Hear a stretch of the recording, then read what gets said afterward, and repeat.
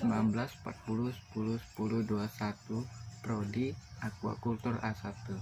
Di sini saya akan menjelaskan penyebab kegagalan sistem manajemen dalam bisnis dan perusahaan.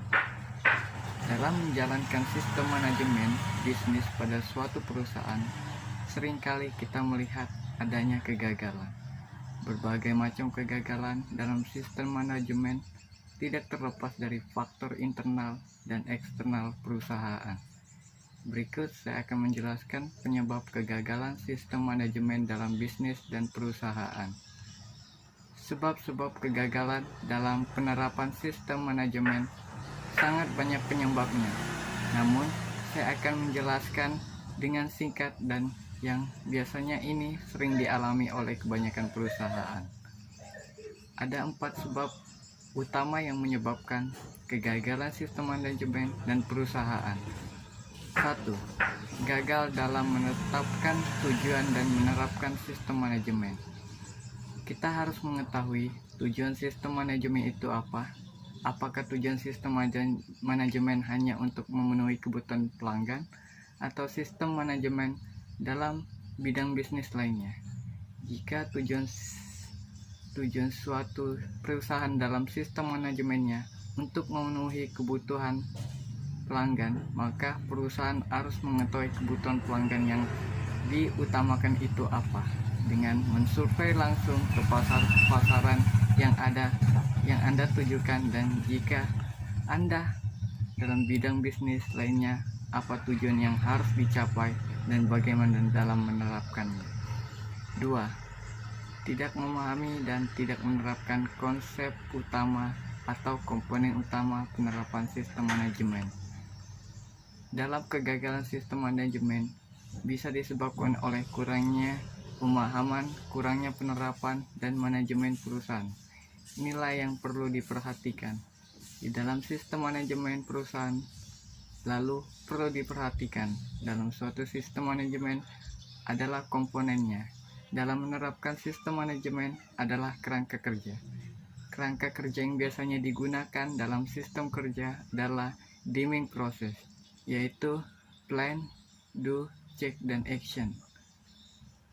Terhadap suhu proses-proses yang sudah didefinisikan, maka dalam menjalankannya proses harus dimulai dari perencanaan, pelaksanaan, evaluasi, dan tindak lanjut.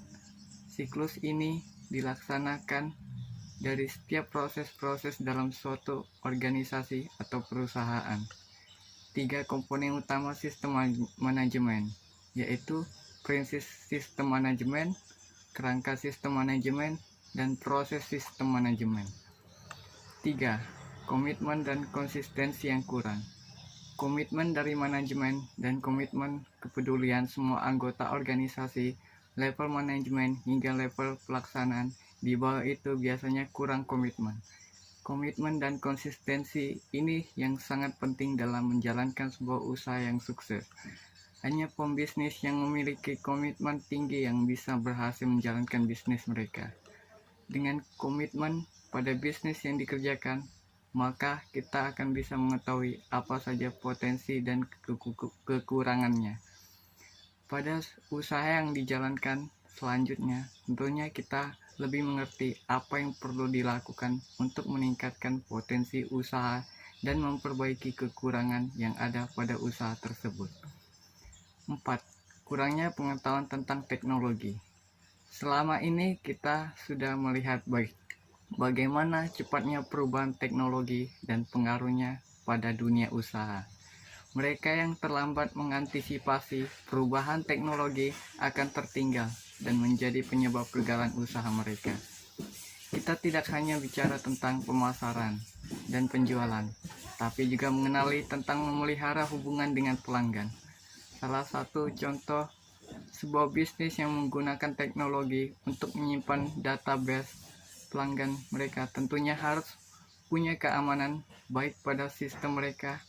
Ketidakmampuan dalam menjaga keamanan sistem bisa mengakibatkan data konsumen Anda hilang. Dari database tentunya ini sangat fatal bagi sebuah bisnis yang membutuhkan database konsumen.